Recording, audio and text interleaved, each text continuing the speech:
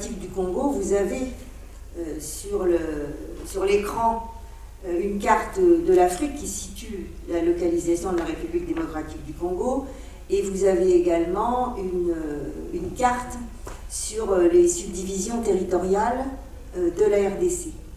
Dans la République démocratique du Congo, qui s'est appelée antérieurement Congo ex-belge, puis Zaïre, et maintenant République démocratique du Congo, est indépendante depuis 1960.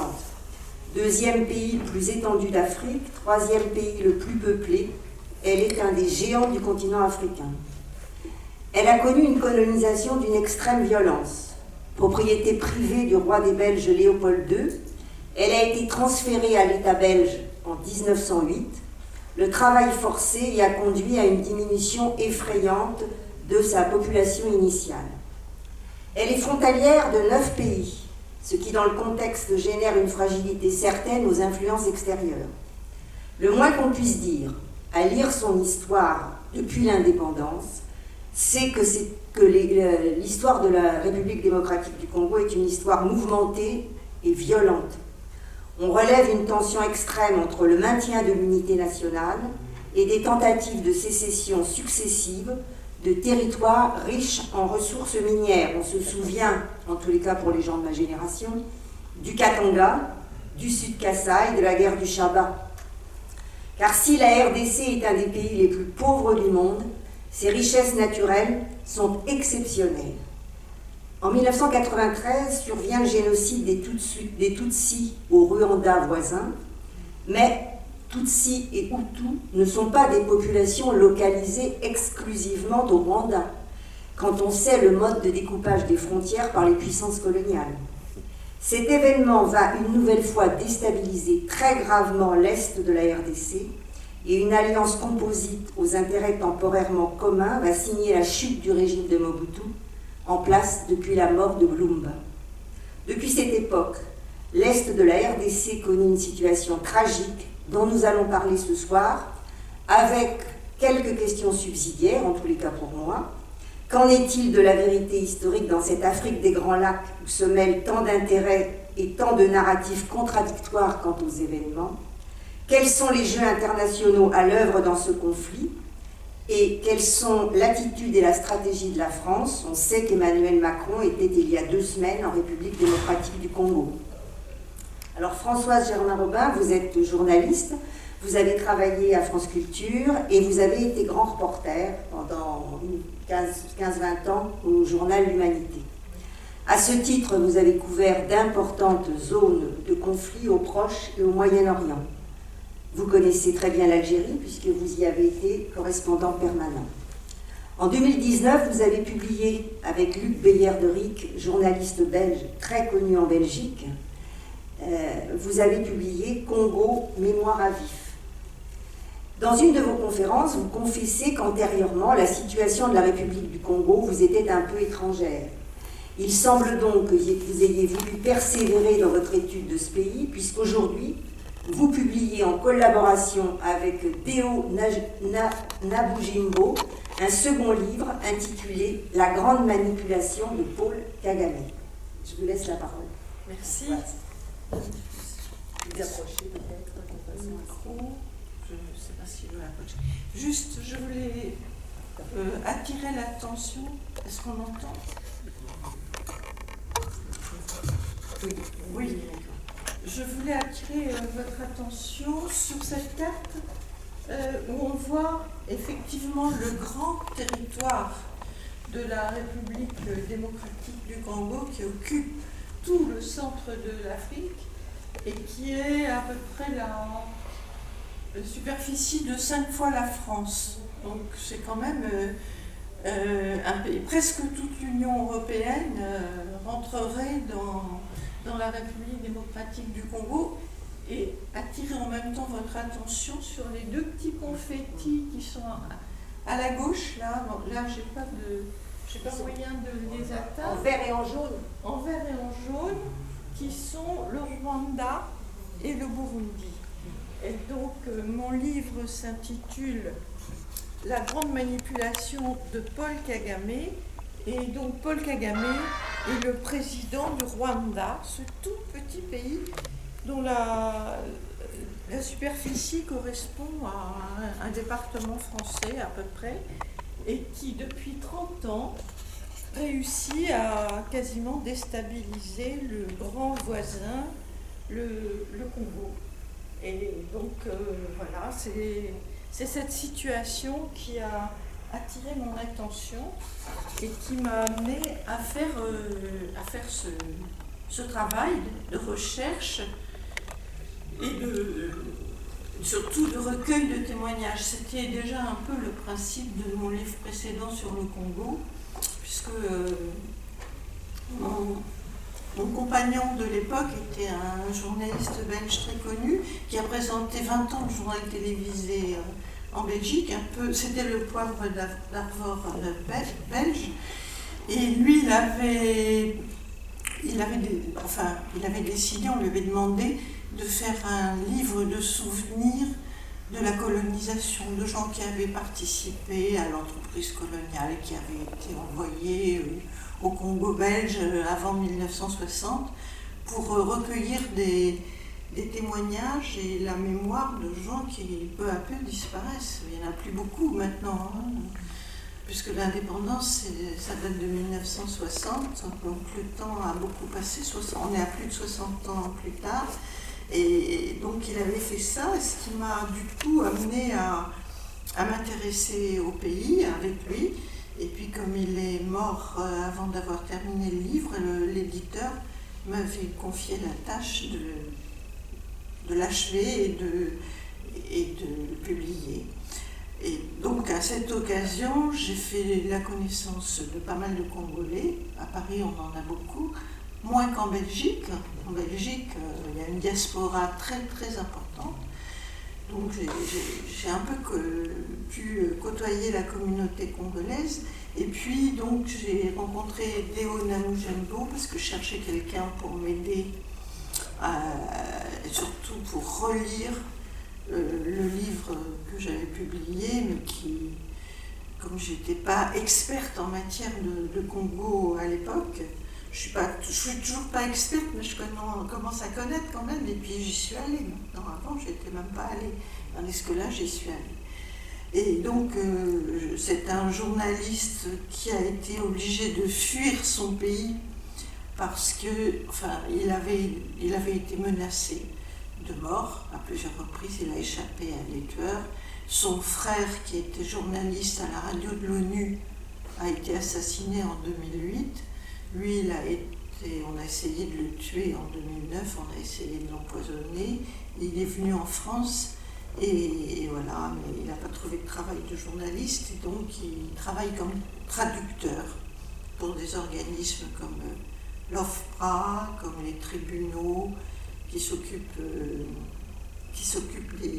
des demandeurs d'asile, pour des hôpitaux, pour enfin un certain nombre de gens qui viennent de là-bas et qui demandent l'asile et qui quelquefois ne parlent pas le français, parce que moi c'est une chose que j'ai découverte aussi, tout le monde ne parle pas le français, même si c'est le plus grand pays francophone du monde, point de vue population, mais il y a dans les campagnes et dans des endroits reculés, il y a quand même beaucoup de gens qui ne parlent pas le français. Et donc voilà.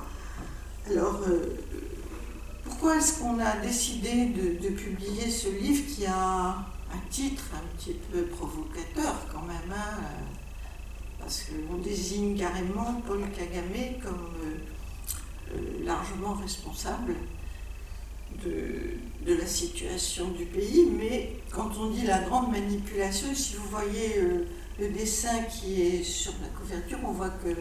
Paul Kagame est manipulé par les États-Unis, la Grande-Bretagne, la France, l'ONU, etc.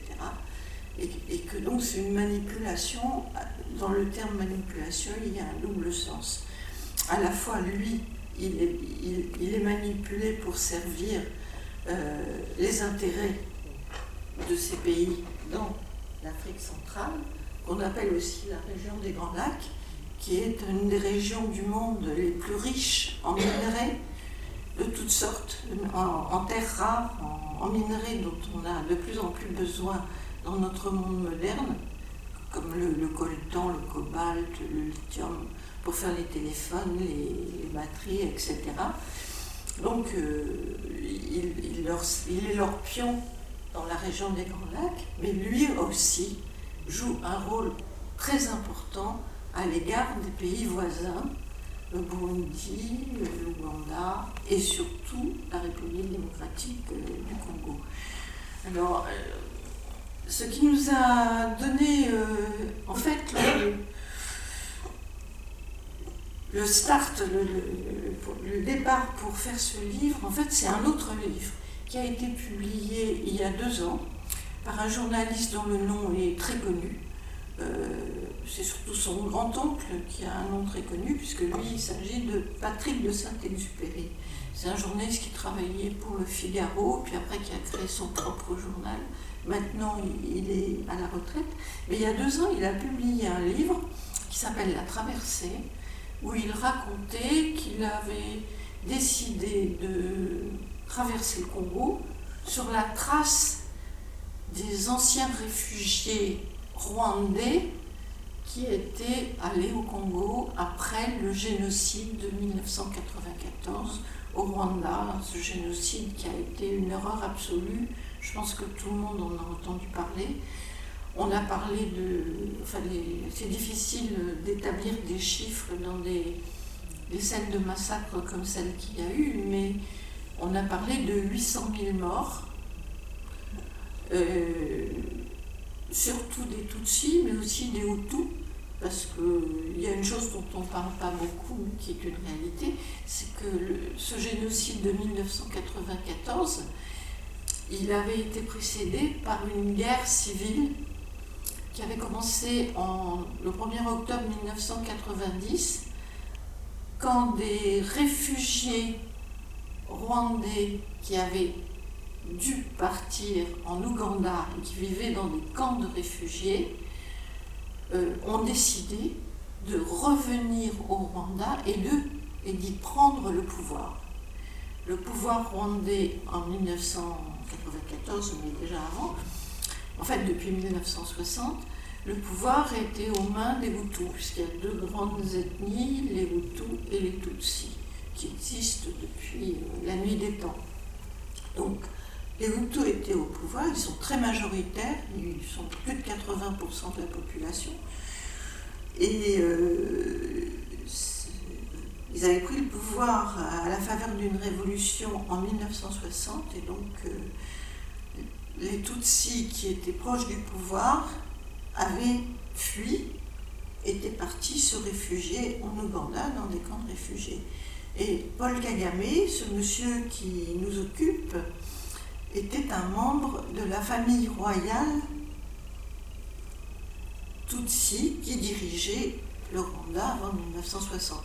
Le Rwanda était une colonie belge, comme le Congo d'ailleurs, le Rwanda et le Burundi, mais il y avait encore des restes des royaumes anciens qui continuaient à exister, et donc il y avait une famille royale, et Paul Kagame sa mère était la sœur de la reine, enfin, bref, de toute façon, tous ces gens sont partis en Ouganda, où ils ont vécu difficilement dans des camps de réfugiés, et 30 ans plus tard, en 1990, donc Paul Kagame et ses amis, et pas mal de réfugiés qui en avaient assez de vivre dans les camps, sont revenus au Rwanda pour prendre le pouvoir. Donc ça a commencé le 1er octobre 1990 et ça s'est achevé le 4 juillet 1994 quand Paul Kagame et son armée révolutionnaire rwandaise ont pris le pouvoir à Kigali. Mais entre-temps, il y avait eu énormément de combats, de massacres interethniques et le génocide de 1994 déclenché par un attentat qui a tué le président de l'époque, le président Hutu, Abiyarimana, et en même temps que lui, le président du Burundi, parce qu'ils étaient tous les deux dans le même avion. Ils revenaient d'Arusha, où il y avait eu des discussions, des négociations, justement sur la façon de mettre fin à cette guerre civile et à la rivalité Hutu-Tutsi pour établir un pouvoir qui rassemble les deux, quoi, qui soit un pouvoir binational, enfin pas binational, mais national et biethnique et multiethnique. Et donc, l'avion a été abattu, on ne sait toujours pas par qui. Il y a deux thèses. Il y a une thèse qui dit que c'est Kagame et les siens qui ont fait ça pour se débarrasser du président et prendre le pouvoir plus facilement. Et il y a une thèse qui dit que non, c'est pas Kagame, c'est des extrémistes Hutus qui n'étaient pas d'accord avec les négociations, qui ne voulaient pas de partage du pouvoir avec les Tutsis, qui donc ont éliminé le président. Mais il n'y a aucune preuve de rien. Il y a eu une enquête menée par un juge français, le juge Bruguière, qui lui penchait plutôt pour la thèse Kagame et les Tutsis. Mais après ça, il y a eu un non-lieu et il y a eu l'autre thèse a pris le devant. Mais pour le moment, il n'y a aucune preuve de rien. Mais donc, ce génocide atroce a été suivi donc par un changement de régime. Les Tutsis de Kagame ont pris le pouvoir et une masse énorme de population Hutu a fui. Parce qu'ils se sont dit, d'abord il y avait une partie de génocidaires qui ont fui parce qu'ils se disaient on va payer ce qu'on a fait. Et puis une grande partie de la population Hutu qui était simplement là, mais qui se disait il va y avoir une vengeance, ça va être notre tour et on va partir. Donc toutes ces masses de gens, il y a eu en tout 2 millions de réfugiés qui sont partis dans essentiellement, vous voyez l'est du Congo là, les provinces du nord Kivu et du sud Kivu qui sont le long de la frontière du Rwanda. Il y a juste une rivière et un lac qui séparent les deux. Et donc les réfugiés qui sont partis en masse se sont installés le long de la frontière de l'autre côté. Mais ce qui s'est passé, c'est que le régime rwandais qui se trouvait à Kigali s'est senti menacé par la présence de cette masse de réfugiés Hutus. Ils ont demandé que les camps où ils étaient ils ont demandé à l'ONU et que les camps où étaient ces réfugiés soient vidés, soient démantelés et qu'on les ramène au Rwanda, les gens qui étaient là. Mais bon, personne n'a bougé, l'ONU n'a pas bougé, personne n'a bougé. Et finalement, Kagame a dit, si vous voulez rien faire, moi je vais faire moi-même. Et donc l'armée rwandaise est entrée au Congo, tout le long de la frontière, l'armée rwandaise, quelques Ougandais aussi. Et parce que ils étaient très, très liés aussi, ils avaient la nationalité ougandaise d'ailleurs, tous ces gens qui avaient vécu 30 ans en Ouganda dans les camps. Et donc ils ont commencé à bombarder les camps. Alors là, il y a un récit dans le livre de cet épisode terrible à Bukavu, par Deona Mujembo, qui à l'époque était journaliste de radio là-bas, et qui a vécu tout ça. Il allait tous les jours dans les camps, il a vécu les bombardements, et il a vécu la fuite des réfugiés, dont une bonne partie, on ne sait pas les chiffres, c'est très difficile d'avoir les chiffres dans toute cette histoire, parce que c'était un tel chaos. Donc il y a une partie des réfugiés qui sont rentrés au Rwanda, et une autre partie, on dit entre 300 et 500 000 qui ont fui pour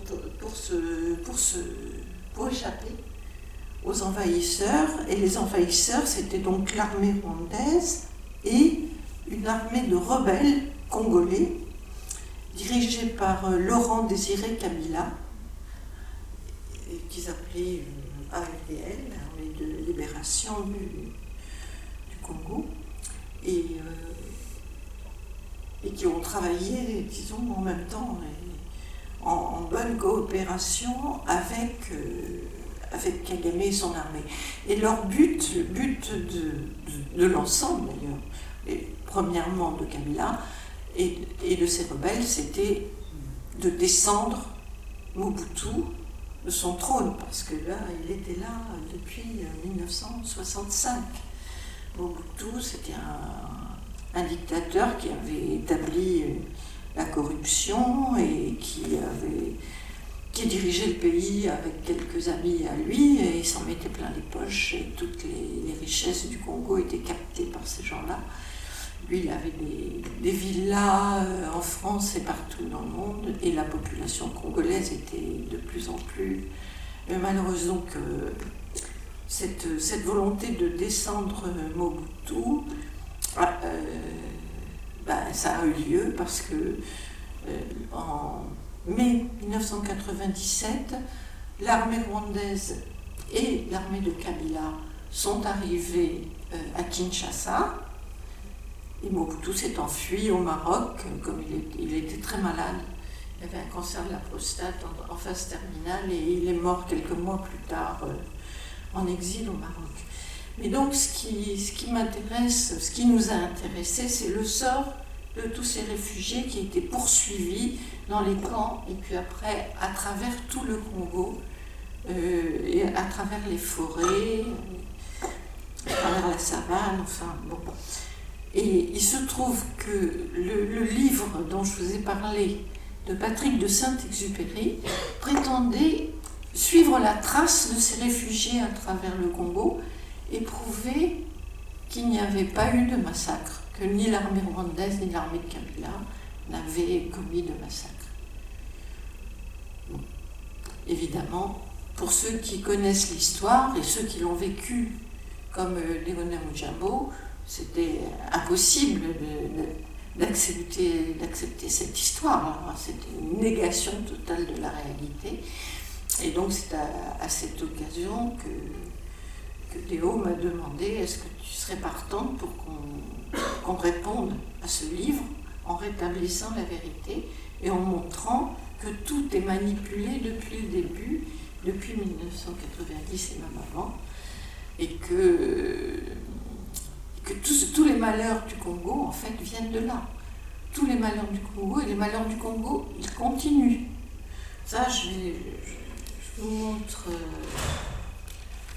c'est un article du journal Le Soir, en Belgique, qui date de janvier de cette année, et qui raconte la guerre qui se passe dans le nord et le sud Kivu, maintenant, jusqu'à maintenant, et qui est le fait de milices, dont une très puissante qui s'appelle le M23 et qui est complètement armée et manipulée et dirigée par des officiers de l'armée rwandaise.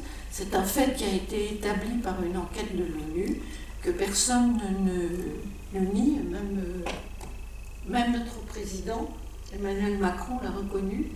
Quand il est allé au Rwanda là, cette année, c'était juste après des massacres terribles que j'ai raconté, moi, parce que sinon, j'ai raconté ça dans l'Humain.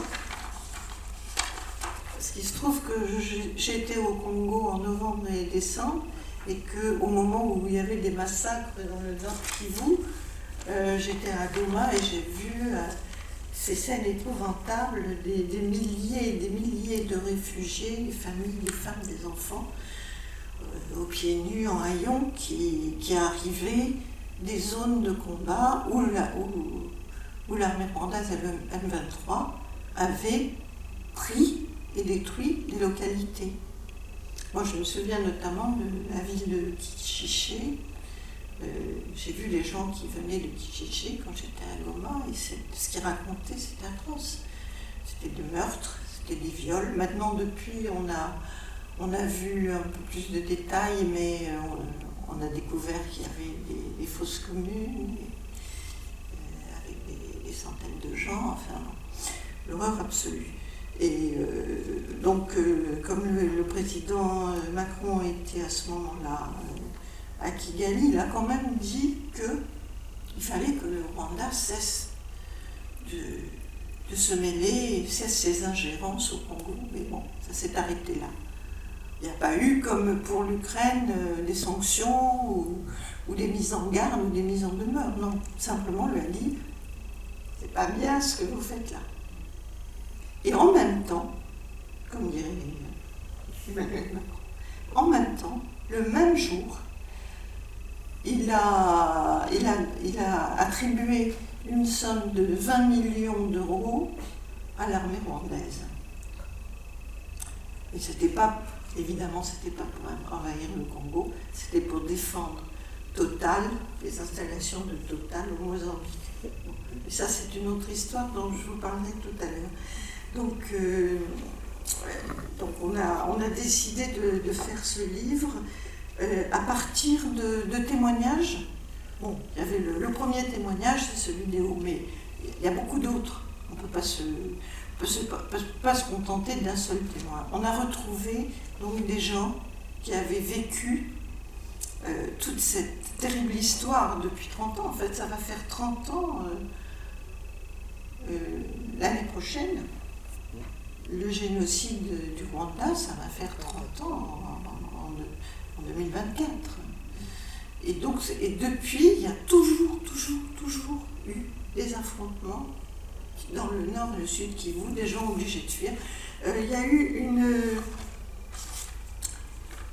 une communication il y a quelques jours, seulement 4-5 jours, du programme alimentaire mondial qui dit que la RDC est devenue le plus grand foyer de faim dans le monde parce qu'il y a 5,7 millions de personnes déplacées à cause des faits de guerre qui ont dû fuir les endroits des affrontements et de conflits et qui vivent dans des camps de réfugiés ou dans d'autres provinces.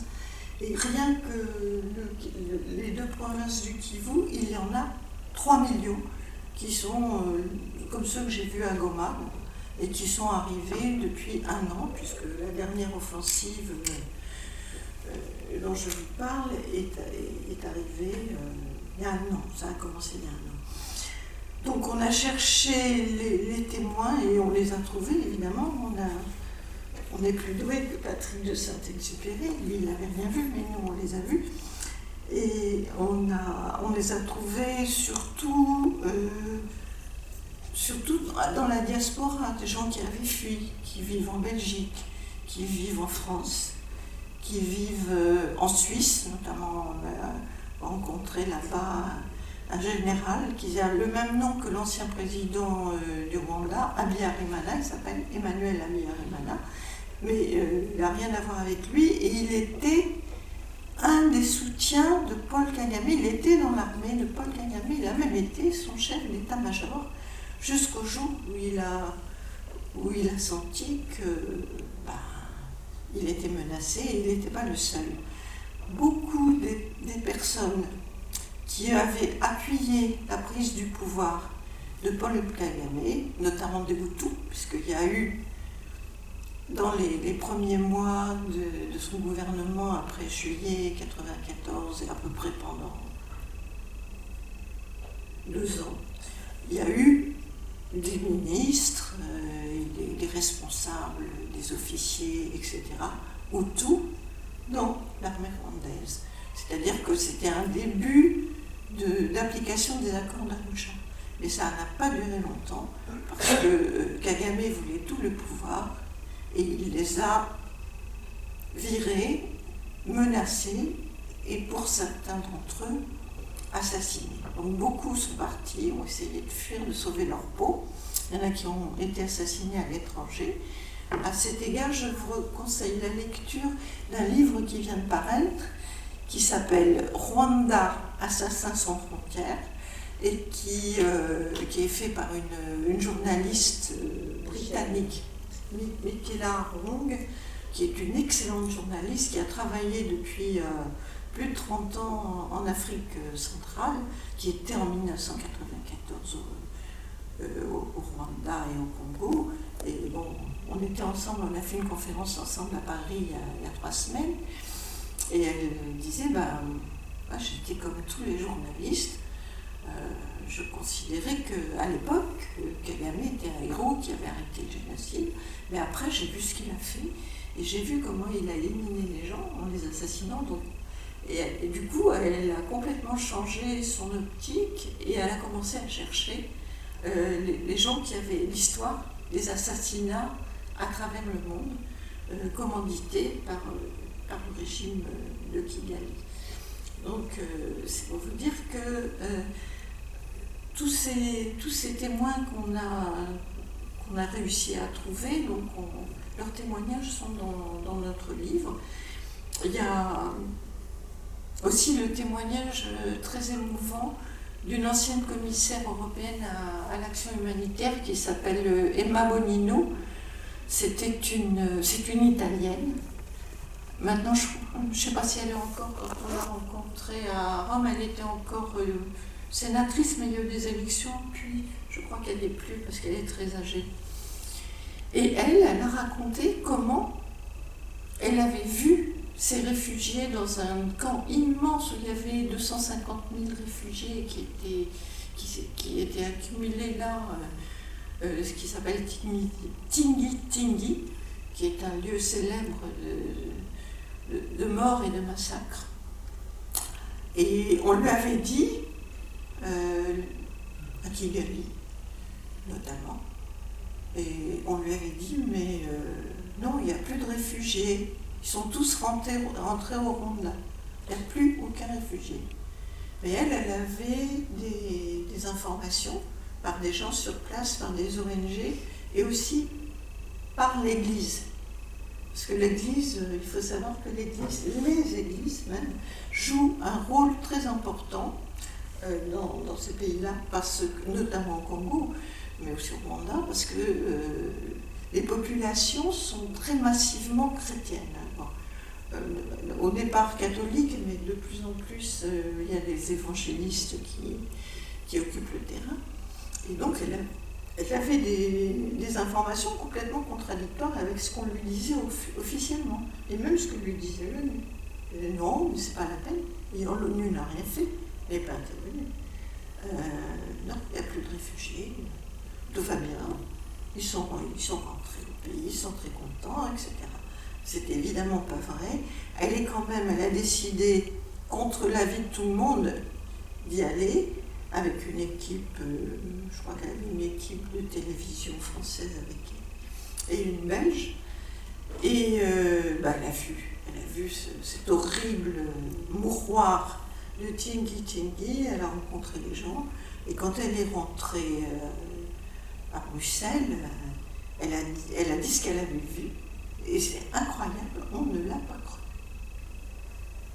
On a dit, mais non, c'est pas possible. Bon, il y a eu 3 ou 4 avions qui ont été envoyés pour ramener des enfants, parce qu'elle avait été complètement bouleversée de voir l'état des enfants, des milliers d'enfants qui étaient dans ce camp, dans un état de totale malnutrition. La plupart avaient perdu leurs parents, parce que cet exode à travers... Ils ont fait 2000 km quand même, pour aller de la frontière de Rwanda jusqu'à Tingi et le fleuve Congo, où ils espéraient traverser de l'autre côté le fleuve Congo et partir au Congo-Brazzaville.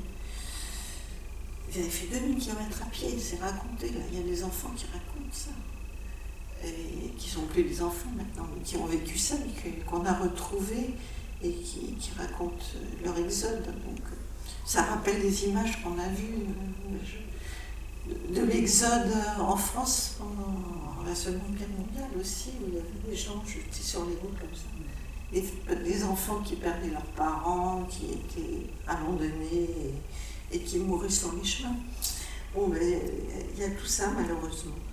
Et le pire, c'est que ça continue, c'est pas aussi massif que ça l'était en 96-97, mais l'exode continue.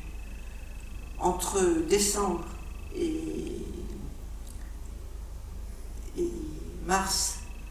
décembre 2022 et mars 2023, il y a 1 million de personnes qui sont venues se masser autour de la ville de Goma, et qui, comme le dit le programme alimentaire mondial, il n'y a pas moyen de subvenir à leurs besoins. C'est trop massif, il n'y a pas suffisamment d'aide, il n'y a pas suffisamment d'intérêt, parce que toute cette histoire tragique, en fait, n'est pas connue.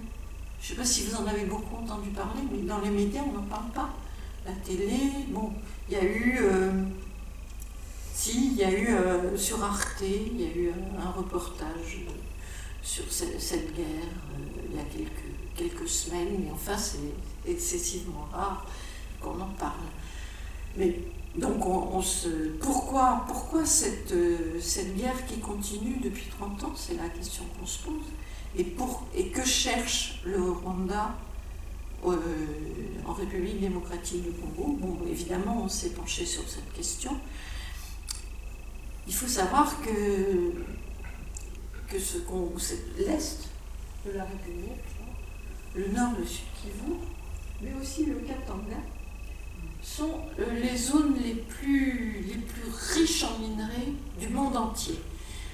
Les Belges avaient même dit à l'époque que c'était un scandale géologique, tellement il y avait de richesses. Il y a l'or, il y a les diamants, il y a le coltan. Bon, à l'époque de la colonisation belge, il y avait le cuivre, il y avait l'ivoire des éléphants. Maintenant c'est fini, on ne peut plus aller chercher l'ivoire des éléphants. Mais surtout, il y a des nouveaux minerais qui sont ultra précieux pour la lutte contre le réchauffement climatique. C'est le coltan, le cobalt et le lithium, par exemple. Donc le coltan, il est quasiment à fleur de sol, hein. Il est en plein air, quoi. Et donc, il suffit de gratter un peu, d'avoir une pelle et de gratter un peu pour récolter le coltan qui sert à faire les téléphones portables, à faire les ordinateurs, etc. Et une chose étrange, c'est que le premier exportateur de coltan en Afrique, c'est le Rwanda. Or, ils n'ont pas du tout de mine de coltan sur le territoire du Rwanda. Donc tout ce coltan, c'est du coltan pillé à la faveur justement des incursions et des conflits. C'est-à-dire que en maintenant une zone de conflit avec des massacres, des villages brûlés, des femmes violées, on pousse la population à fuir. Et c'est effectivement ce que nous avons vu à Goma, les gens qui affluent vers les villes parce qu'ils espèrent qu'ils auront un peu de secours international en se rapprochant des villes, et donc qui abandonnent les zones richissimes en minerais où ils vivaient. Et là, les milices à la solde du Rwanda notamment, mais aussi de l'Ouganda, parce que l'Ouganda est aussi impliqué dans une moindre mesure, mais quand même, eh bien, ils recrutent des enfants, et ce sont des enfants qui vont dans les mines. Il y a eu, qui font le travail des mines. Il y a eu d'ailleurs dans l'Humanité Magazine un excellent reportage là-dessus, sur l'odyssée sanglante du smartphone. Ils montrent, ils ont fait un reportage pour voir comment on va chercher justement ces minerais. Et ce sont des enfants, donc ils sont payés, mais une misère, quoi. C'est horrible. Et c'est au péril de leur vie et de leur santé qu'ils font ça. Et après, c'est mis dans des camions. Là, on voit des fils de camions interminables qui se dirigent vers le Rwanda. et aussi vers le Burundi, vers l'Ouganda. Donc c'est exporté complètement illégalement. Et ce qui est dramatique, c'est que le pouvoir, les Congolais n'arrivent pas à arrêter ce phénomène parce que le pouvoir au Congo est un pouvoir extrêmement faible. L'armée est une armée complètement désorganisée, qui est incapable de faire face aux milices rebelles qui sont dans l'Est. Mais il y a pire encore. Il y a une force des Nations Unies qui se trouve dans la République démocratique du Congo depuis 20 ans. Même plus, depuis plus de 22 ans maintenant. Et il y a 17 000 soldats de l'ONU qui sont là-bas. 17 000. Ça coûte à l'ONU, donc à nous tous, 1 million de dollars par jour. Et cette force est incapable d'arrêter le massacre et d'arrêter cette exploitation éhontée. Cette force est là, elle observe, ils sont dans des casernes, ils rendent des comptes auprès du secrétaire général de l'ONU, mais ils n'agissent pas. C'est vraiment... avant, moi je les ai vus, j'ai vu les camps de la MONUSCO, mais c'est magnifique. C'est comme des villages de vacances, hein. Ils sont dans des endroits magnifiques, au bord du lac. À Bukavu, c'est tout à fait au bord du lac Kivu, dans un lieu idyllique. Et ils sont barricadés derrière des hautes, il y a des miradors et tout. Et ils en sortent à peine, ils font une petite tournée de temps en temps. Donc ce qui fait que les gens commencent à en avoir marre. Il y a eu carrément des quasi-émeutes contre la MONUSCO ces derniers temps. Donc c'est une situation vraiment dramatique dont on ne voit pas très bien comment on va pouvoir en sortir. Je ne sais pas si... j'ai pas regardé là. Est-ce que j'ai encore... Vous allez encore parce que comme on m'a dit... Oui, alors oui, je vous ai parlé du coltan, mais il y a un nouveau venu là. Dans l'histoire, c'est le lithium. Vous avez dû entendre parler du lithium. On est bien placé puisqu'il y a une affaire qui est en train de se dérouler dans l'Allier. Ah oui, il y a une mine qui va s'ouvrir là, dans l'Allier. Enfin, bon, il en est question en tout cas. Bon, et donc le lithium, maintenant c'est le truc à la mode, c'est ce dont on a besoin pour faire les batteries des voitures. Et comme on va avoir tous des voitures électriques, il va falloir beaucoup de lithium. Alors jusqu'à nouvel ordre, la RDC est le deuxième producteur mondial après l'Australie du lithium. Ils ont la plus grosse réserve, ils ont 150 millions de tonnes de réserve. Et alors la tonne de lithium valait 45 000 $ il y a 5 ans. Elle vaut 80 000 $ aujourd'hui. Donc c'est une bonne affaire. Donc il est évident, et on dit que les besoins vont être multipliés par 10 dans les 10 années qui viennent. Donc c'est une très bonne affaire, et donc il y a des compagnies de tous les pays occidentaux, industrialisés, mais pas seulement occidentaux, parce qu'il y a aussi la Chine, qui est très intéressée par le lithium, et qui est présente, et qui envisage, paraît-il, là aux dernières nouvelles, de construire une usine de fabrication de batteries là-bas. Bon, ce serait bien si on veut fabriquer les batteries sur place au lieu de se contenter d'exporter le lithium.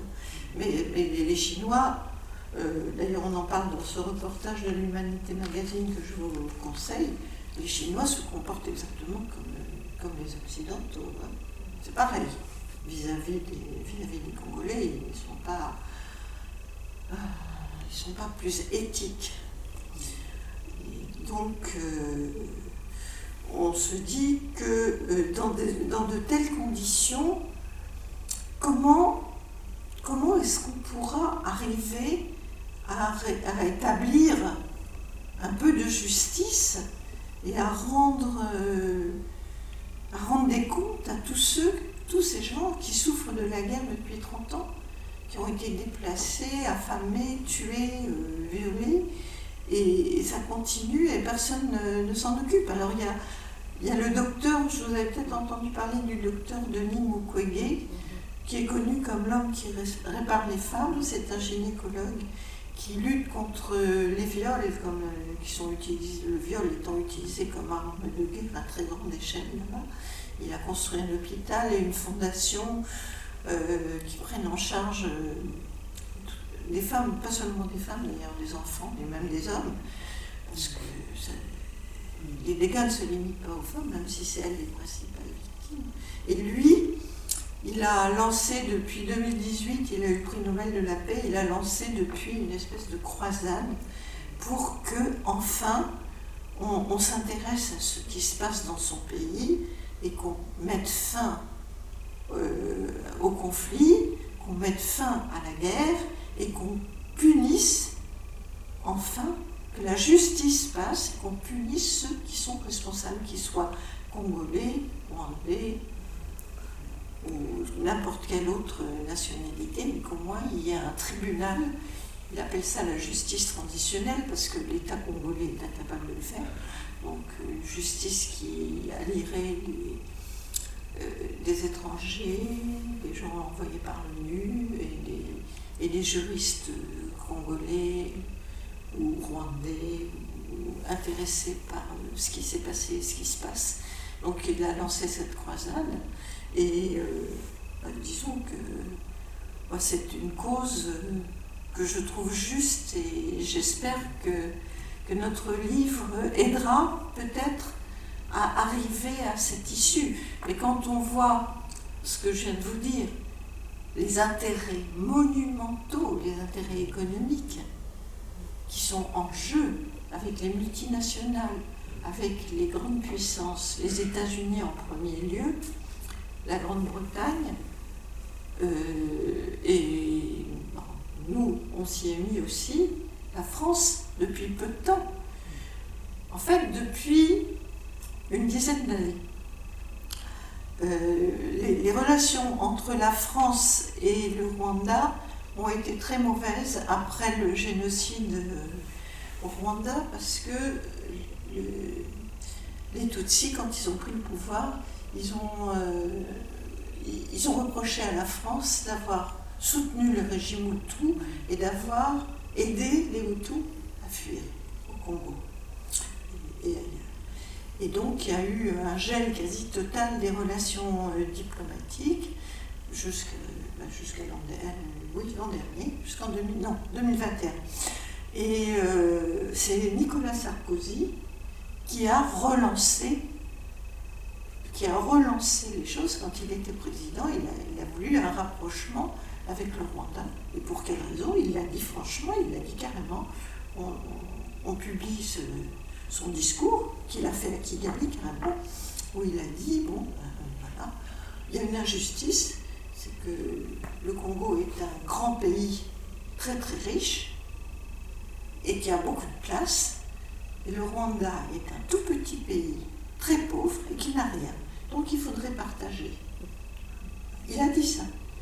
Il a dit il faudra voir un jour comment partager les richesses. Donc bon, pourquoi pas sur le principe? Pourquoi, s'il y avait une conférence réunissant tous les pays de la région pour voir comment ils peuvent le mieux exploiter au profit de chacun des peuples les richesses qui sont là, pourquoi pas? Mais en fait, ce qui se passe, c'est que son discours est considéré comme une caution pour le Rwanda et un encouragement pour aller se servir. Et ceux qui le font, ils se servent. Et malheureusement, quand Emmanuel Macron est allé à Kigali à son tour en 2021, mais dans la foulée de Sarkozy, d'ailleurs Sarkozy, on le sait, c'est un grand conseiller de Macron, surtout en matière de politique étrangère. Et quand il y allait, alors il a passé des accords et des accords de coopération militaire avec le Rwanda. Ça commençait à aller pas bien pour nos forces en Afrique. On avait été chassés de Centrafrique. je suis bien placée pour le savoir parce que mon fils travaillait dans la coopération à Bangui, en Centrafrique. Donc j'ai suivi les choses de près. Donc l'armée française a dû partir, et remplacée par l'armée russe et les forces de Wagner. Et puis aussi par l'armée rwandaise, qui assure aussi un service après-vente là-bas. En Centrafrique. Centrafrique. Oui. Après, on n'a plus la carte.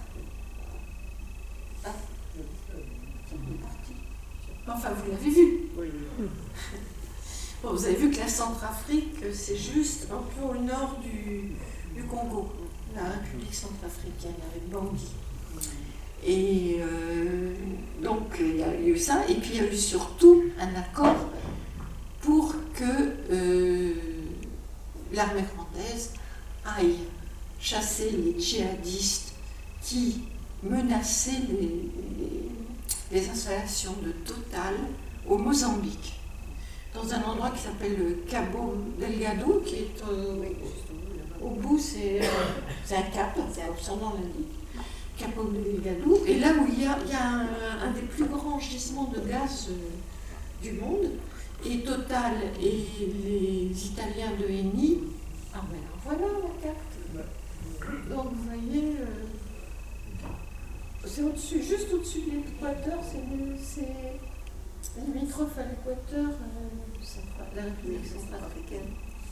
Donc alors, et le Mozambique, il est plus au sud, là, sur la côte.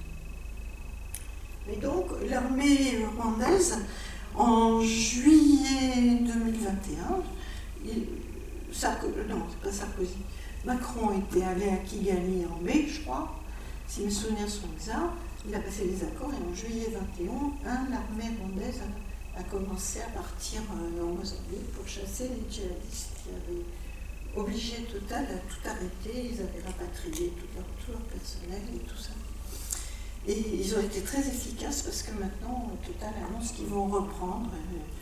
Les Rwandais ont chassé les djihadistes et ils maintiennent l'ordre au Mozambique. Voilà. Mais il n'y a pas que là. Hein. Il y a aussi, ils viennent de passer des accords avec le Bénin. Ils en ont passé avec le Congo-Brazzaville, où ils ont même acheté toute une bande de terre le long du fleuve Congo, juste en face de Kinshasa, la capitale. Enfin bon, non seulement les Congolais se sentent encerclés, mais aussi occupés, puisqu'il y a des forces qui sont rentrées au Kivu et qui exploitent, et qui pillent, et qui tuent, et qui violent. Donc c'est vraiment une situation absolument tragique. Et voilà, c'est pourquoi on a décidé d'écrire ce livre, pour essayer de briser le silence. À ce propos, je ne sais pas si vous avez eu l'occasion de voir un film qui est paru aussi l'année dernière, qui s'appelle L'Empire du silence, d'un Belge, un réalisateur belge qui s'appelle Thierry Michel, qui a fait beaucoup de films sur le Congo. Et le Belge, ça a laissé des traces. Et où il raconte cette histoire-là dont je viens de vous parler rapidement, des massacres des réfugiés dans les forêts du Congo. Il a des images, il raconte tout. Et il parle aussi d'un rapport de l'ONU, le rapport Mapping, qui a été publié en 2010 et qui répertorie tous ces massacres qui ont eu lieu sur le territoire congolais, le long de la frontière de Rwanda, mais aussi à l'intérieur, jusqu'à Tingi et Mbandaka.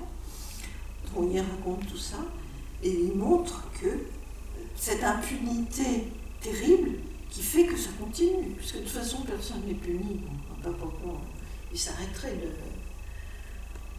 d'aller chercher le minerai du sang. On a parlé pendant un moment du diamant du sang dont il fallait arrêter le commerce. Là, les minerais du sang, on ne parle pas pour l'instant d'en arrêter le commerce, et donc ça continue. Et ce qui est terrible, c'est que ce qu'on voit aussi, c'est que les principaux responsables des massacres, qu'ils soient des militaires rwandais ou congolais, non seulement n'ont pas été punis, mais ils ont été promus. Ils occupent des positions dirigeantes dans l'armée et même dans le gouvernement. Par exemple, le type, le général qui commandait l'armée rwandaise à l'époque, 96-97, qui s'appelle le général Kabarebe, il a été un temps nommé chef d'état-major de l'armée congolaise. Après 97-98, là, pendant plusieurs années. Après, ça s'est un peu gâté parce que le peuple congolais n'acceptait pas vraiment cette occupation ostensible de leur gouvernement par les Rwandais, qui en plus avaient massacré aussi, parce qu'ils avaient massacré les réfugiés, mais à l'occasion, ils avaient aussi massacré quelques populations congolaises. Donc voilà, c'est comment est-ce qu'on... Le problème, c'est ça, comment briser ce silence, cette omerta, alors que les intérêts occidentaux sont tellement puissants et les criminels sont au pouvoir. Comment faire? C'est la question que pose ce livre. Je n'ai pas la réponse. Ben merci. Le micro ne marche pas, bien sûr. Donc je vous propose maintenant peut-être de poser les questions que vous souhaitez voir éclairées par rapport à cette réalité qui vient de nous être exposée. Je pense qu'il y a plein de questions d'ordre aussi géopolitique qui se posent. Donc je vous passe la parole.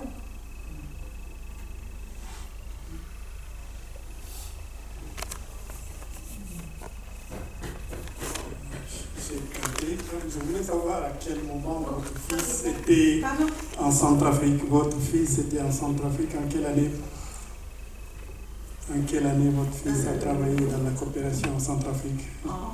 Jusqu'en 2021. Ah oui, moi j'avais déjà quitté. Vous étiez là-bas? Avant, jusqu'en 92. Pardon? Jusqu'en 1992. De 1988 à 1992. Les problèmes n'avaient pas commencé. Et je veux lever aussi une équivoque. Tout à l'heure, j'ai parlé du Rwanda dans ma conférence à côté.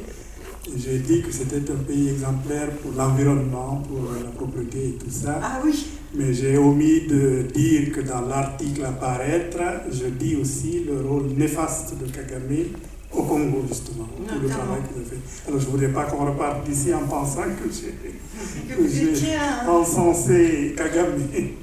Voilà. Un ami de Kagame. Merci pour ce travail quand même qui est... Oui. Oui, il y a beaucoup de choses à dire que je n'ai pas dit, parce que bon, le livre il fait 365 pages, il y a de quoi lire, mais... C'est le drame de tous ces pays scandales géologiques. J'arrive donc d'un pays latin. Oui, ils intéressent tout le monde, et pas pour des bonnes raisons. Voilà, c'est ça. Et on s'étonne que ces régimes existent encore. Ils existent tant qu'il y a des minerais à convoiter et à piller. Merci pour ce travail. Puis tant qu'ils auront le soutien des États-Unis. Et les résolutions du Conseil de sécurité étant ce qu'elles sont, inefficaces. Oui, quand je vous ai parlé de la MONUSCO, voilà, qui ne sert à rien. Vraiment à rien. Avec toute la troupe qu'il y a et qui, en fait, ajoute à la confusion, en fait. Oui. Voilà, merci. Oui. Alors, pour ajouter à la confusion, encore, il y a eu, depuis quelques mois, 2 mois, il y a des forces des pays d'Afrique de l'Est, des forces armées qui sont venues au Kivu, soi-disant pour faire arrêter le massacre. Mais en fait, ils ont peut-être gelé un peu la situation, mais les forces du M23 ne se sont pas retirées. Elles occupent toujours Bunagana, Kichiché, enfin peut-être pas Kichiché, mais ils ont décidé de les cantonner quelque part. Je ne sais pas si vous connaissez peut-être dans une ville qui s'appelle, enfin une ville, un grand village qui s'appelle Rumangabo. Je ne connais pas. Je n'y suis pas allée. Mais je sais que c'est à une 50aine de kilomètres au nord de Goma, donc au nord Kivu. Et de toutes les façons, sur France 24, tous les soirs, il y a la relation des massacres qui continuent d'être perpétués. Oui, malheureusement. Et le fait qu'on... Moi, personnellement, je suis pas favorable au fait qu'on amène encore des nouveaux militaires, des nouvelles armées qui viennent du Kenya, qui viennent du Burundi, de l'Ouganda, je crois de l'Angola aussi. Enfin, je sais pas, j'ai pas répertorié toutes les forces, mais on ajoute des armes, on ajoute des militaires, on ajoute du conflit. Ça devient de plus en plus conflictuel. La même chose qui s'est passée au Libéria à une certaine époque. Absolument. Merci de votre question. Moi, je voulais poser une question. C'est ce qui paraît quand même assez étonnant pour des gens qui ne sont pas spécialistes, c'est que effectivement ce confetti qu'est le Rwanda, oui, puisse avoir une délégation aussi importante de la part des pays occidentaux pour gérer autant d'affaires en Afrique. Et c'est quand même un peu étonnant parce que ce confetti, quand bien même il aurait une armée très organisée, très moderne. Elle est énorme, l'armée rwandaise. Oui, mais elle est énorme au regard quand même d'un pays qui n'est pas énorme. Donc même on est quand même un peu confondu devant la puissance de cette armée. Certes, il y a beaucoup d'États faillis autour. Mais c'est quand même un peu étonnant quand même que ça soit ce pays qui mène la danse dans le maintien des intérêts ils mènent la danse parce qu'ils ont un soutien énorme, financier, militaire, des États-Unis, de l'Union européenne maintenant. L'Union européenne finance les opérations du Rwanda au Mozambique. Parce que c'est pour défendre nos intérêts gaziers, pour qu'on ait du gaz, puisqu'on n'en a plus. Le gaz russe, il faut bien qu'on en trouve. Donc, pourquoi pas l'armée rwandaise, puisqu'elle est là, elle est bien formée, elle est énorme. Alors, je ne sais pas exactement, c'est un secret militaire qu'on dit ça, mais ils sont très nombreux en tout cas. Et en plus, il faut savoir que c'est le deuxième armée le deuxième contingent de l'ONU, l'armée rwandaise, après le Pakistan. Donc ils ont beaucoup de soldats. Donc ils ont une population. Oui. Et puis c'est surpeuplé le Rwanda.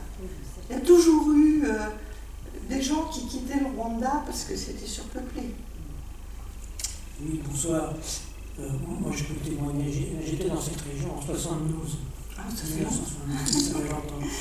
Ce que je peux témoigner, c'est que c'est un pays magnifique. Enfin, ah oui, c'est très beau. Le lac Kivu, c'est aussi. Mais ouais, j'ai découvert il n'y a pas longtemps. Donc je dirais que s'ils n'avaient pas la malchance d'avoir des richesses minières, ces gens-là vivraient très bien dans des paysages fabuleux. C'est un paradis. C'est un paradis. Il y a des montagnes encore avec des neiges éternelles. Il y a les gorilles ne sont pas loin. Enfin, il y a toute cette, il y a une faune et une flore absolument magnifiques. Donc ça c'est une chose. Et après, par rapport aux événements, il existe quand même des États africains sont organisés quand même à travers non, qu'est-ce qu'il en est, Moi, c'est dit qu'on n'en parle pas. L'OUA, l'organisation, de l'Union africaine, mais c'est très faible aussi. De toute façon, tous ces États sont extrêmement faibles. Donc, même en se réunissant, ils restent faibles. Et puis en plus, il y a beaucoup de conflits internes, il n'y a pas de véritable indépendance économique, c'est ça le problème. En fait, les richesses de la plupart des États d'Afrique sont toujours gérée au bénéfice des anciennes colonies ou des États-Unis qui n'avaient pas de colonies mais qui ont des multinationales. Et donc, regardez, même la monnaie. Les États francophones, enfin les pays francophones, ils ont une monnaie française dirigée depuis Paris. Donc ils n'ont même pas la maîtrise de leur monnaie. Et ils n'ont pas la maîtrise de leur richesse. Je disais pour le lithium, là, il y a un projet de faire des batteries directement sur place, là où il y a les mines, mais c'est un projet. Il y a eu tellement de projets qui n'ont jamais eu de suite. Il y en a eu beaucoup. Et il y en a toujours. Donc c'est un vrai problème. Il faudrait, les pères de l'indépendance africaine, ceux qui se sont battus pour, par exemple, le Lumumba. Ils ont été assassinés. Oui, bon, ils ont tous été assassinés. Sankara après, enfin, il y en a eu beaucoup.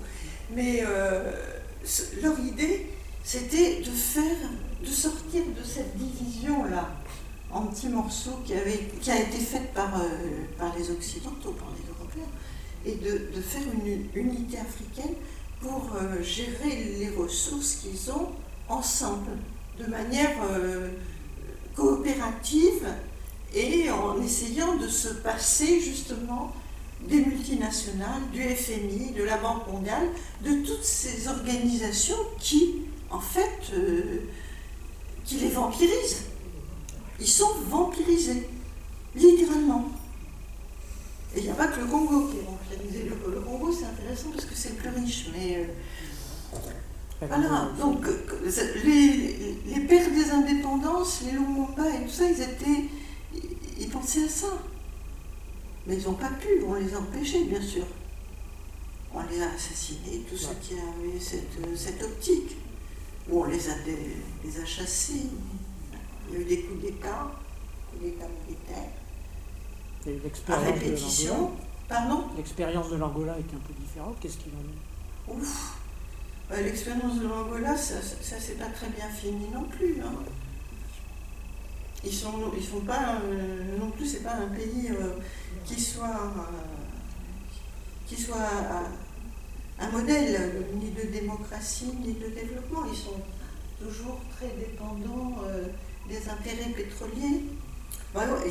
En fait, le pétrole, c'est aussi une calamité pour tous ceux qui en ont. Je me souviens, quand je faisais des reportages au Moyen-Orient pour l'UMA, j'étais allée en Iran et il y avait des Iraniens, des femmes iraniennes surtout, qui nous avaient dit on a eu deux grandes calamités. Nous, la Perse, l'Iran, on a eu l'islam et on a eu le pétrole.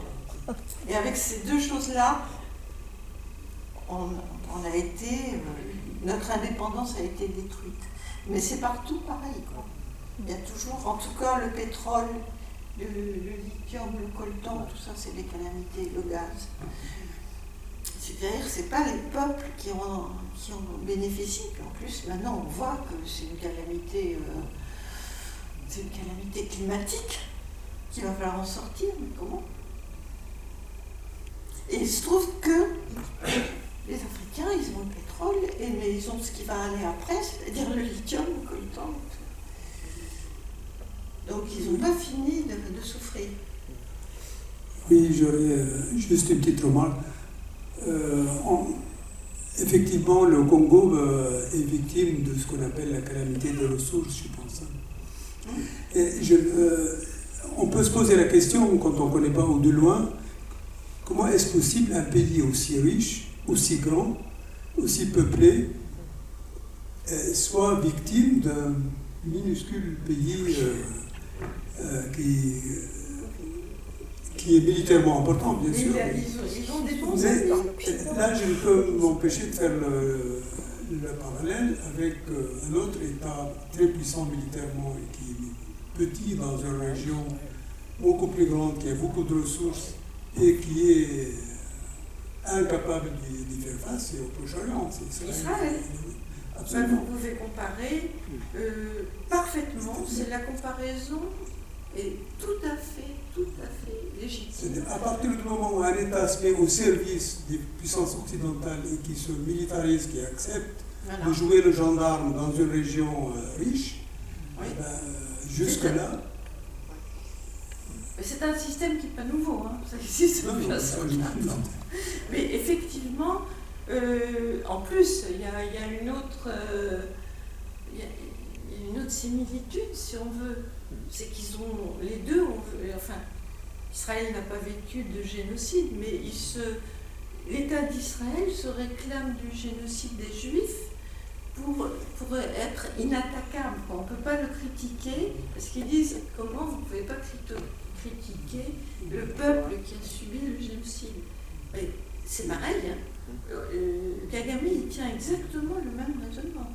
Ils disent comment vous venez à nous attaquer, mais on a subi un génocide. Par exemple, quand il y a eu le tribunal pénal international sur le Rwanda, justement pour juger les criminels du génocide, mais pas seulement du génocide, parce que le tribunal qui avait été établi, il avait pour mission de chercher et de juger tous ceux qui s'étaient rendus coupables de crimes de guerre, de crimes contre l'humanité au Rwanda et dans les pays voisins, au Burundi, au Rwanda et au Congo, qu'ils soient Tutsi ou Hutu. Mais en fait, ce tribunal, qui n'a pas fonctionné très longtemps, je crois qu'il a été dissous en 2015, et il a commencé en 2008, il a été dissous en 2015, et il n'a jugé que les Hutus, parce que le président Kagame, encore lui, s'est opposé à ce qu'on juge les Tutsis. Comment elle s'appelait, Carla Del Ponte, qui était la procureure, je ne sais pas si on dit procureuse, non, procureure, du tribunal pénal international. Et je l'ai rencontrée l'année dernière parce qu'elle est venue elle a témoigné au procès de Natacha Polony. Je ne sais pas si vous connaissez cette journaliste, c'est la directrice du journal Marianne. Ouais. Et elle a eu un procès il y a un an parce qu'elle avait dit, à propos de ce qui s'est passé justement au Rwanda et au Congo, elle avait dit sur France Inter, il y avait des salopards des deux côtés, du côté des Tutsis et du côté des Hutus. Et donc elle a été attaquée pour négation du génocide. Elle a eu un procès. Il y a deux associations, Ibuka et Survie, qui ont porté plainte contre elle. Et Carla Del Ponte est venue pour témoigner en sa faveur en disant mais c'est vrai qu'il y avait des salopards des deux côtés. Moi j'ai voulu appeler au tribunal des Tutsis qui avaient commis des crimes, parce qu'on le sait, ils sont répertoriés. Eh bien, Kagame a mis son veto et elle a été virée. Carla Del Ponte, elle a été virée. Bon, heureusement, Natacha Polony a gagné son procès. Et bon, ils ont attaqué en appel, mais là, l'appel vient d'avoir lieu, elle a à nouveau gagné. Et la chambre qui s'occupe de la presse a fait un jugement parfait qui dit en France, on a la liberté d'expression et les journalistes ont le droit de chercher d'autres vérités que celles qui est établie, de trouver des témoins, de trouver des preuves et de le dire. Ça rassure un peu quand on écrit ce genre de livre, parce qu'il y a des auteurs qui ont été poursuivis déjà pour les écrits.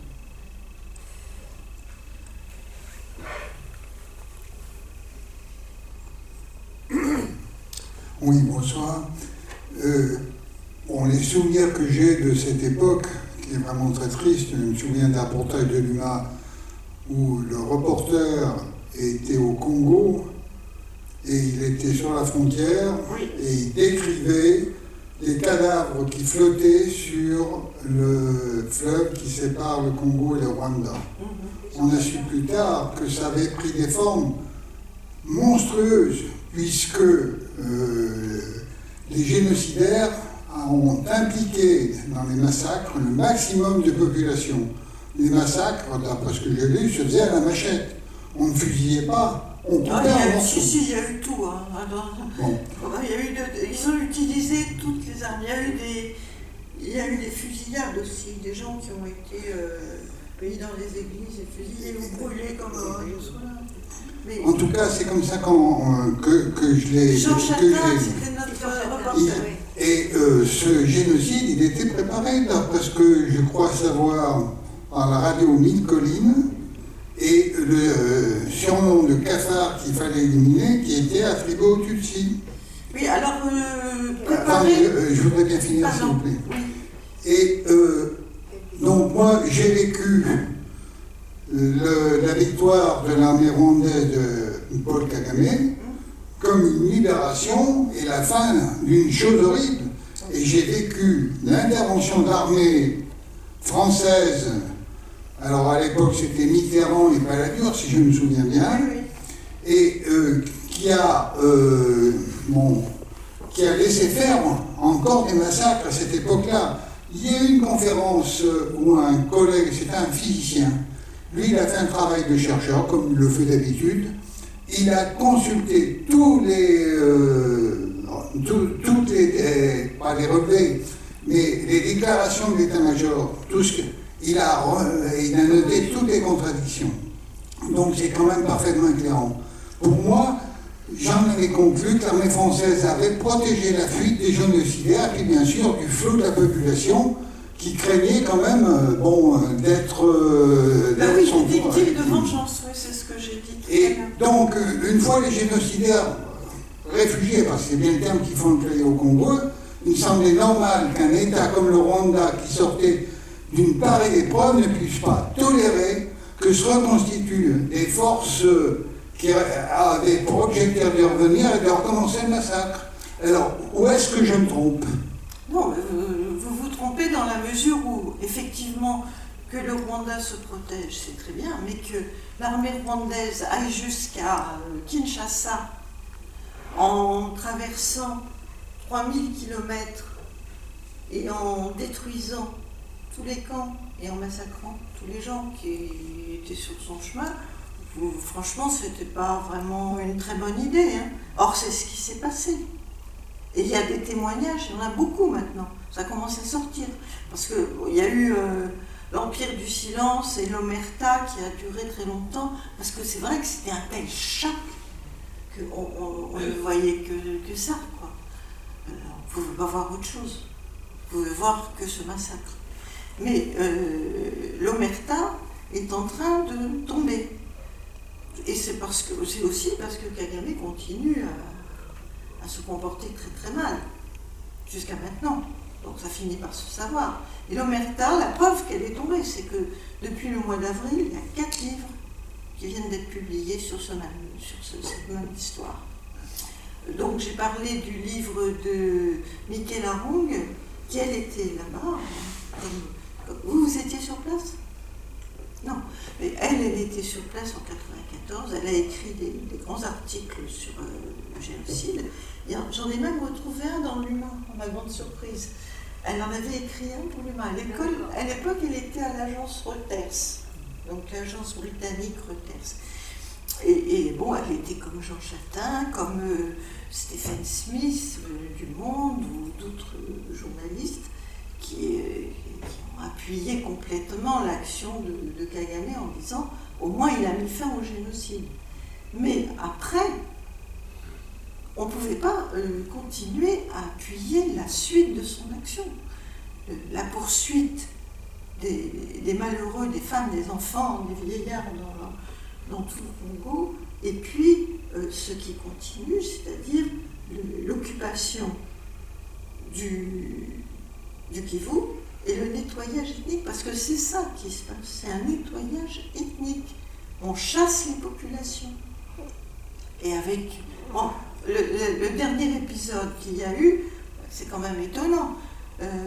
Kagame est allé au Bénin, il y a 3 semaines, pour passer des accords pareils là, des accords militaires avec le Bénin. Il va leur prêter des soldats. Il en a beaucoup.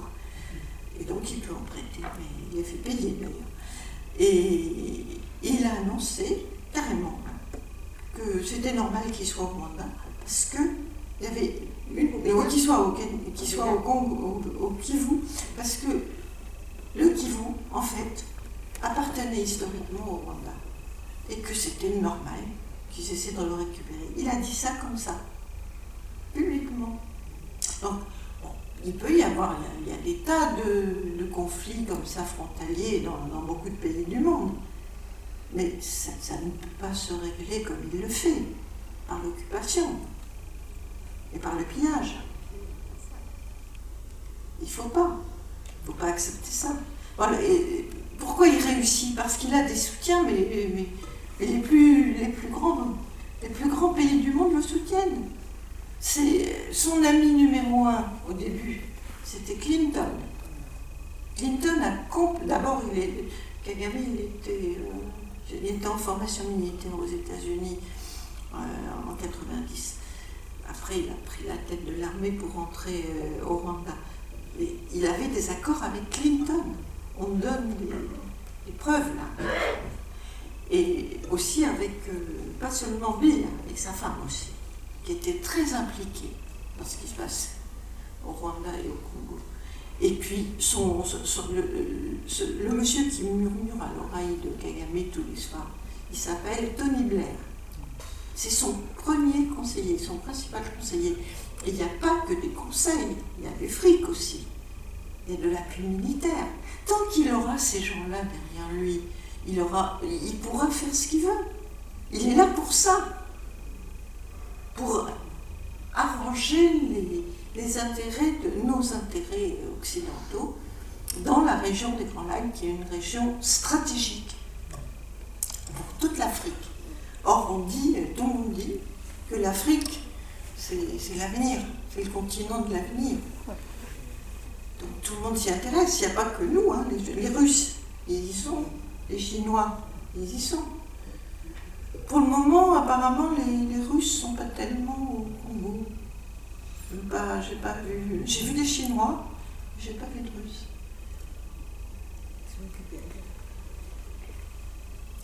Oui, en fait, on pourrait continuer au niveau de la planète, trouver d'autres exemples par rapport à ce que concoctent les États-Unis, mais ce n'est pas les États-Unis, on fait là l'inventaire, on ferait l'inventaire des méfaits du capitalisme. Parce que c'est ça. Oui. Ah ben oui. Les chefs d'État sont des hommes nomades, des multinationales, ils sont à leur service. Et c'est les multinationales qui payent les campagnes, etc. Bon.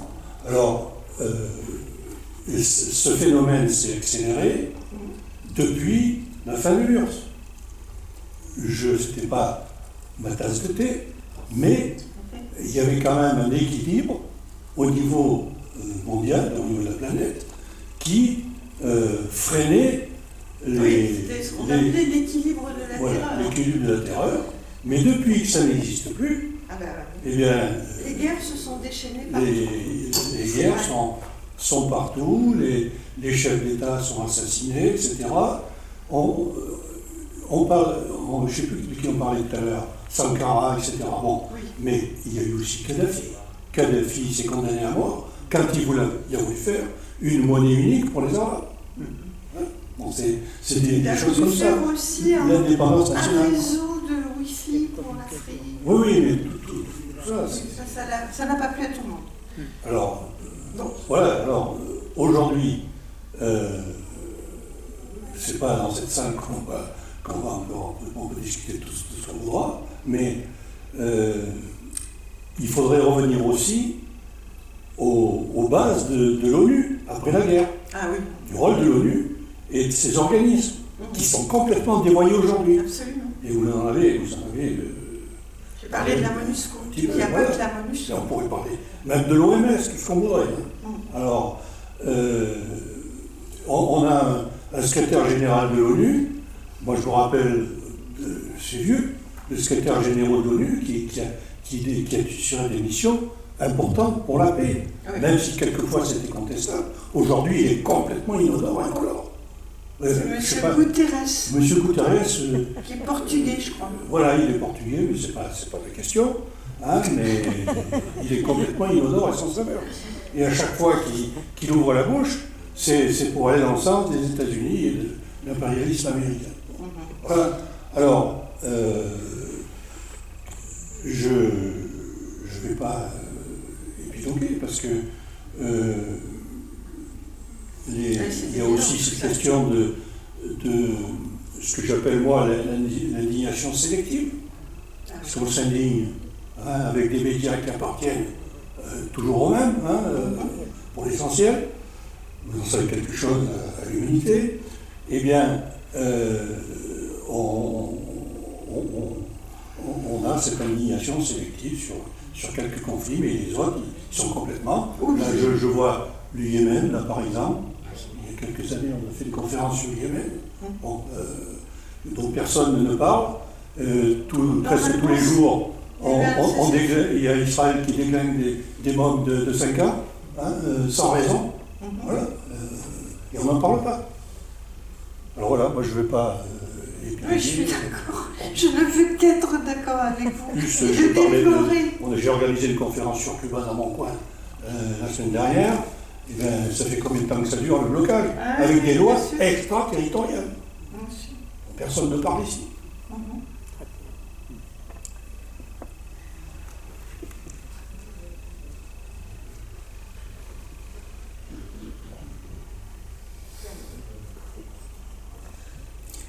Oui, bonsoir, merci pour toutes ces informations. Je ferai une remarque avant de poser ma question. Ma remarque concerne les poursuites contre les génocidaires. Si on prend le cas de la Shoah et des génocidaires allemands, notamment nazis, les poursuites ont été assez limitées puisque les nazis ont été largement recyclés dans le système impérialiste occidental et dans la lutte contre le camp socialiste de l'époque. Donc ceci étant dit, ma question, est-ce qu'on a une idée de ce qui se passe pour le partage du gâteau des richesses du Congo et des rivalités éventuelles entre les différentes puissances impérialistes pour le partage de ce gâteau? Vous avez dit il tire les ficelles de la marionnette Kagame. Et donc pour ce partage entre les puissances impérialistes, États-Unis, Europe, alors il y a quand même différents acteurs européens qui ne sont pas tous sur le même plan. Non. Après, on pourrait parler peut-être de la Chine aussi. Non, mais je ne peux pas répondre à cette question. C'est une question très importante, mais que je me propose d'étudier dans un prochain ouvrage, parce que là, j'ai pas eu la possibilité de le faire. Mais bon, en plus, c'est pas facile, hein, parce qu'ils avancent masqués. Ils ont tous des prête-noms locaux. Les multinationales, elles ne sont pas là avec pognon sur rue. À part Bolloré, il est partout. Alors ça, au Congo, il y a des établissements Bolloré dans toutes les villes, et sur tous les aéroports, et partout, ça on voit son nom. Lui, il n'est pas caché. Mais la plupart des multinationales qui achètent les richesses, d'abord, elles les achètent officiellement à Kigali, et puis elles n'affichent pas leur nom. Donc ça demande une étude sérieuse et une investigation approfondie que je n'ai pas faite. Je ne vais pas faire semblant de savoir, parce que je ne sais pas.